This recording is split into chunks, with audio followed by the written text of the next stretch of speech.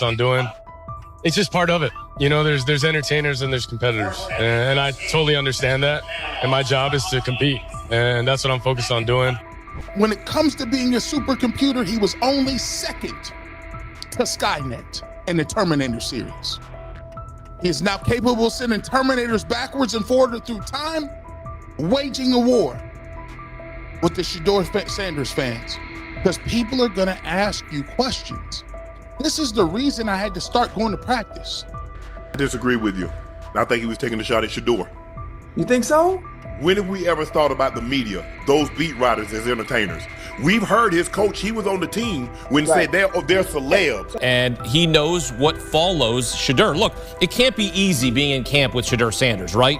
But you can't be sitting here trolling your fellow rookie, because that's what it sounded like. The entertainers and a competitor, and he's a competitor, and he wasn't taking a shot at Shedeur, but the damage was done. Everybody knows what he meant by that, because you know why? I'm gonna let you take off. You remember at Oregon, what the head coach said when they played Colorado? Right. Who was the quarterback? Yeah. Who was the quarterback? Okay.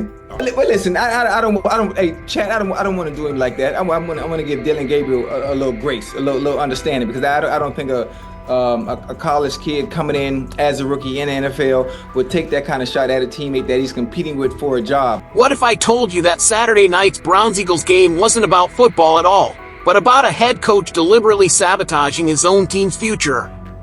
While everyone's talking about the 22-13 victory, they're missing the real story that's about to tear Cleveland apart from the inside. Kevin Stefanski just orchestrated what multiple NFL insiders are calling the most calculated act of quarterback sabotage in recent memory, and the evidence is absolutely damning. By the end of this video, you'll understand why this controversy could destroy the Browns season before it even begins, and why Shedeur Sanders might be planning his escape from Cleveland right now. I'm about to expose the truth behind Saturday night's preseason disaster that mainstream media won't touch. We're diving deep into the locker room politics, the fabricated injury reports, and the power struggle that's dividing Cleveland's organization. You'll discover why veteran players are questioning Stefanski's authority, how ownership is furious behind closed doors, and what this means for the Browns' championship aspirations. This isn't just another quarterback controversy, this is organizational warfare playing out in real time. Here's where this story gets absolutely explosive, and why Kevin Stefanski's credibility is hanging by a thread. The so-called oblique injury that kept Shedeur Sanders sidelined Saturday night? Multiple sources inside Cleveland's facility are calling it complete fiction, a calculated lie designed to protect Stefanski's predetermined agenda. Let me paint you the real picture of what happened leading up to Saturday's game. On Friday, just 24 hours before kickoff, Sanders participated in every single practice drill without limitation. Beat reporters who cover the team daily watched him make every throw with typical arm strength, execute design runs with full mobility, and display the same enthusiasm he shows every day. The medical staff had already cleared him Thursday after routine evaluations showed zero concerns. But here's where it gets really interesting. 3 separate sources within the organization, including one defensive starter who spoke on condition of anonymity, report that Sanders approached the quarterback coach 3 different times during Saturday's pregame warm-ups, requesting insertion into the game plan. Each time, he was denied. One source overheard Sanders telling his position coach, "Just give me 1 series. That's all I need to show what I can do." The response? Complete dismissal. Now, think about this logically. If Sanders truly had an oblique injury severe enough to prevent him from playing in a preseason game, would he be begging coaches for snaps? Would he be participating fully in practice the day before? Would the medical staff have cleared him just days earlier? The timeline doesn't add up, and everyone inside that building knows it. What makes this even more damaging is how Stefanski handled the post-game press conference. When reporters pressed him about Sanders' absence, watch his body language in the footage, he becomes visibly uncomfortable, deflects to medical staff decisions, and provides rehearsed responses that sound nothing like his typical straightforward communication style. This is a coach who usually gives direct answers suddenly transforming into an evasive politician. The locker room reaction tells you everything you need to know about the authenticity of this injury claim. Veterans approach the special teams coordinator seeking explanations. Offensive linemen expressed confusion about protection schemes that were specifically designed around Sanders' pre-snap adjustments being forced upon Gabriel. Wide receivers questioned why route concepts built for Sanders' skill set were being run by a quarterback who couldn't execute them effectively. One veteran player, speaking anonymously, reportedly told teammates after the game, "This ain't about football anymore. This is about control." When your own players are questioning the integrity of coaching decisions, you've crossed a line that's very difficult to come back from. Now let's talk about what actually happened on the field Saturday night, because Dillon Gabriel's performance was nothing short of a comprehensive disaster that exposed exactly why this quarterback controversy exists in the first place. The statistics alone paint a devastating picture: 8 completions on 19 attempts, 67 yards, 0 touchdowns, 1 interception, and a quarterback rating of 42.3. But those numbers don't even begin to capture the full scope of how badly Gabriel struggled when given every possible advantage. From the very first possession, it was clear that Gabriel was overwhelmed by the moment. The opening series featured an overthrown slant route on first down, a basic throw that any NFL quarterback should complete in their sleep. Then came a batted pass at the line of scrimmage, followed by a delay of game penalty that showed his inability to manage the game clock. 3 plays, 3 failures, and the tone was set for the entire evening. But here's what makes Gabriel's performance even more damaging to Stefanski's narrative. The coaching staff designed the entire game plan specifically to showcase Gabriel's strengths. We're talking about quick passes, simplified reads, maximum protection schemes, and route concepts that required minimal decision-making. Despite having every advantage handed to him on a silver platter, Gabriel couldn't execute even the most basic elements of the offense. The second possession interception was particularly telling. Gabriel stared down his primary receiver from the snap, telegraphed the throw to every defender on the field, and delivered the ball directly into coverage. It was nearly returned for a touchdown and represented exactly the kind of decision-making that separates NFL-caliber quarterbacks from those who don't belong on the field. Any quarterback with legitimate starting potential recognizes that coverage rotation and finds the backside dig route that was running wide open. By the third drive, Gabriel's confidence was completely shattered. A fumbled snap that he barely recovered was followed by consecutive sacks as his pocket presence deteriorated rapidly. His footwork became increasingly erratic, his decision-making grew more panicked, and his body language screamed frustration. Teammates on the sideline were visibly disappointed, with offensive coordinators showing their dissatisfaction through facial expressions and body language that cameras caught repeatedly. What makes this situation even more infuriating for Browns fans is watching Sanders pace the sideline throughout Gabriel's struggles. Sources report that Sanders maintained professional composure publicly, but insiders described seething frustration beneath the surface as he watched opportunity after opportunity slip away. Here's a quarterback who has demonstrated superior arm talent, mobility, and improvisational ability in practice, forced to watch his competition implode on national television while being denied any chance to show what he can do. The most damaging aspect of Gabriel's performance wasn't just the poor statistics, it was how his struggles validated every criticism about Stefanski's quarterback evaluation. When your hand-picked starter can't complete basic throws despite perfect protection and simplified concepts, it raises serious questions about your ability to evaluate talent and make personnel decisions that give your team the best chance to win. What's happening inside Cleveland's locker room right now represents a complete breakdown of trust between players and coaching staff, and it's creating fractures that could destroy this team's season before it even begins. The veteran leadership that Stefanski has relied upon to maintain culture and accountability is now openly questioning his decision-making, and the ripple effects are spreading throughout the entire organization. Multiple sources described Tuesday's practice as a pivotal moment where tensions that had been building privately finally surfaced publicly. Players demanded transparency about the Sanders situation, and Stefanski's attempts to maintain the oblique injury narrative fell completely flat. When Sanders participated fully in Monday's practice without any limitations, the facade crumbled entirely. Veterans who had initially given their coach the benefit of the doubt realized they were being lied to, and that realization has fundamentally altered the dynamic between players and coaching staff. The offensive line, in particular, has become vocal about their frustrations. These are players who work directly with both quarterbacks every day in practice, and they understand better than anyone the differences in pre-snap recognition, protection adjustments, and overall command of the offense.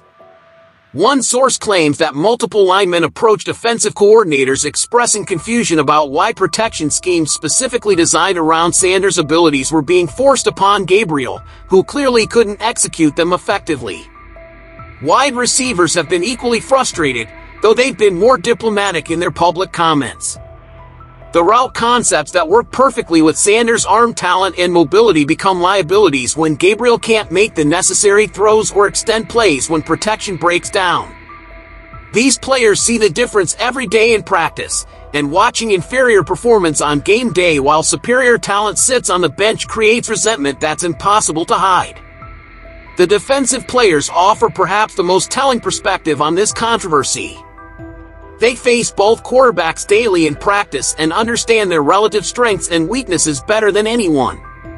Multiple defenders have privately acknowledged that Sanders presents significantly greater challenges during practice sessions. His arm talent creates throwing windows that Gabriel simply can't access. His mobility forces defensive coordinators to account for scramble drills and extended plays.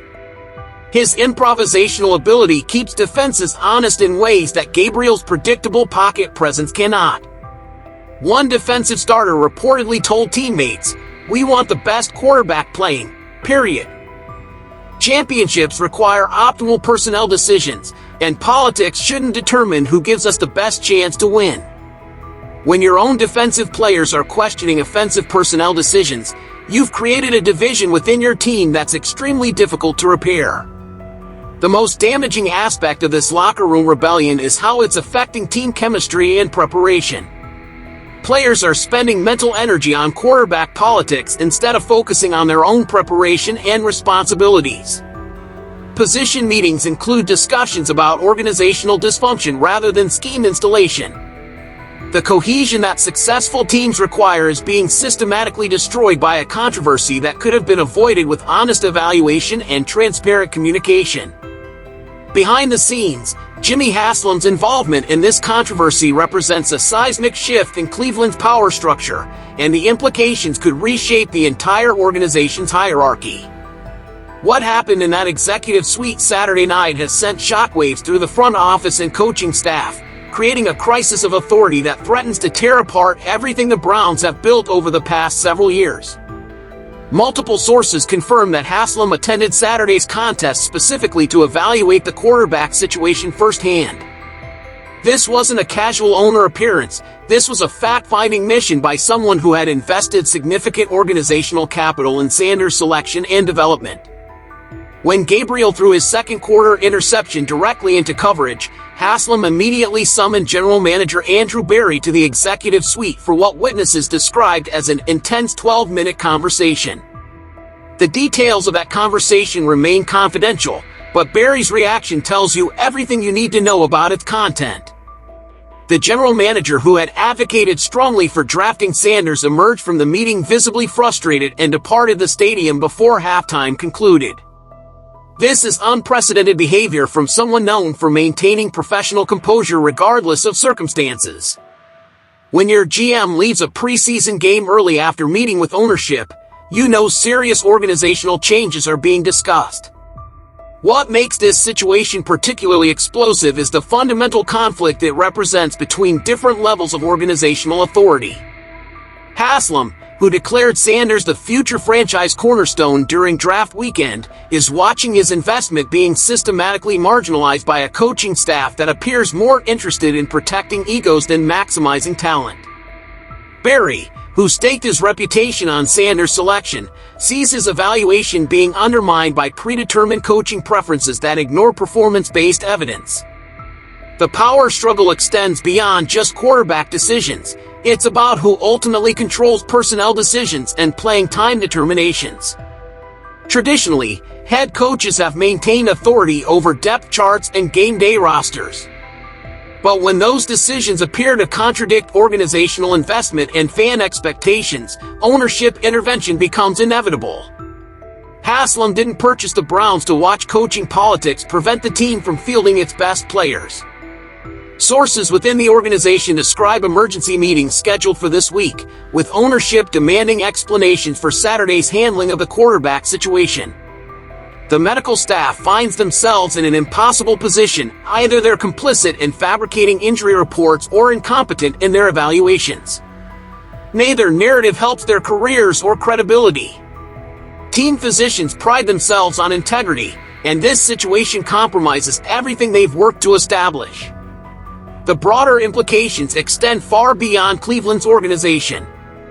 League executives are monitoring this situation closely, recognizing the potential precedent being established. Can head coaches deliberately suppress talented players despite ownership preferences? Should draft position determine opportunity regardless of performance? How much authority remains with coaching staff versus front office mandates? These questions resonate throughout professional football, and Cleveland's resolution will influence similar situations across the league. What makes this ownership intervention particularly significant is its timing. We're still in preseason, with regular season approaching rapidly. If changes are going to be made, they need to happen immediately. Waiting until the season begins would create even greater disruption and potentially waste an entire year of Sanders' development. Haslam understands that championship windows are limited, and organizational dysfunction cannot be allowed to compromise competitive opportunities. The national media reaction to Saturday night's controversy has transformed Cleveland into the NFL's most discussed team for all the wrong reasons, creating a public relations nightmare that threatens to overshadow everything the organization has worked to accomplish. What started as a local quarterback controversy has exploded into a nationwide conversation about coaching integrity, organizational dysfunction, and the proper development of young talent. Social media became an absolute war zone within minutes of Gabriel's struggles becoming apparent. The hashtag #FreeShedeur began trending nationally before halftime, with former NFL players, current analysts, and media personalities weighing in with increasingly harsh criticism of Stefanski's decision-making. One prominent NFL insider tweeted, "This isn't protecting injured players. This is protecting coaching egos." Another established reporter posted, "Cleveland's dysfunction reaching unprecedented levels. Stefanski losing locker room over quarterback politics." The speed and intensity of this media explosion caught Cleveland's public relations department completely off guard. They're accustomed to managing typical football controversies, but this situation combines elements of organizational politics, potential deception, and wasted talent that create a perfect storm of negative coverage. Every major sports network is sending reporters to Cleveland. Every podcast is discussing the controversy. Every analyst is offering opinions about what this means for the franchise's future. What makes this media attention particularly damaging is how it reinforces existing narratives about Cleveland's organizational instability. The Browns have spent decades trying to overcome their reputation as a dysfunctional franchise that wastes talent and makes poor personnel decisions. Just when it seemed like they had finally achieved some stability under Stefanski's leadership, this controversy threatens to undo years of reputation rehabilitation. The fan reaction has been equally explosive and potentially more damaging to the organization's bottom line. Season ticket holders flooded team offices with complaints Sunday morning, demanding explanations for Sanders' absence and Gabriel's continued opportunities despite poor performance. Browns backers chapters nationwide issued statements questioning organizational direction and threatening to reduce their support if changes aren't made immediately.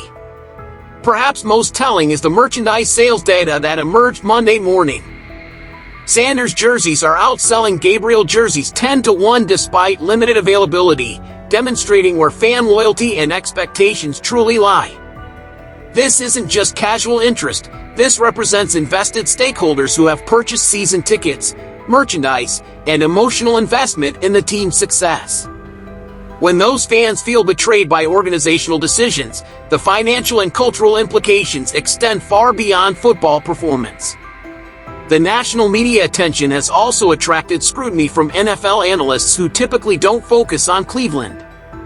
Respected voices like Adam Schefter, Ian Rappaport, and Chris Mortensen are now reporting on Browns quarterback politics, bringing legitimacy to criticisms that might otherwise be dismissed as local media bias. When national reporters start questioning coaching decisions and organizational integrity, it creates pressure that local controversies simply cannot generate. The most damaging aspect of this media explosion is how it affects the team's ability to attract and retain talent. Free agents evaluate destinations carefully, considering not just financial offers but organizational stability and competitive potential. What elite player wants to join a team that's making headlines for all the wrong reasons? What coach wants to accept a position with an organization that's publicly questioning its leadership?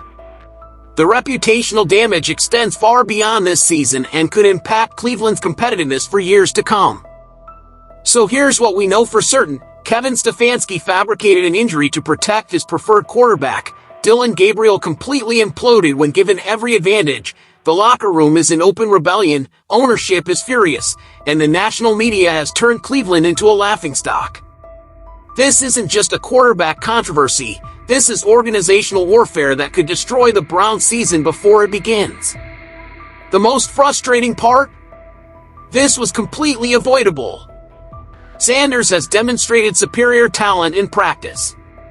Fans have embraced his potential.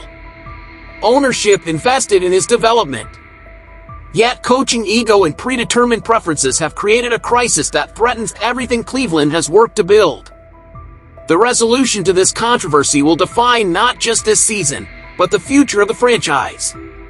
Either Stefanski acknowledges his mistake and gives Sanders a legitimate opportunity, or this dysfunction escalates until ownership makes changes that could reshape the entire organization.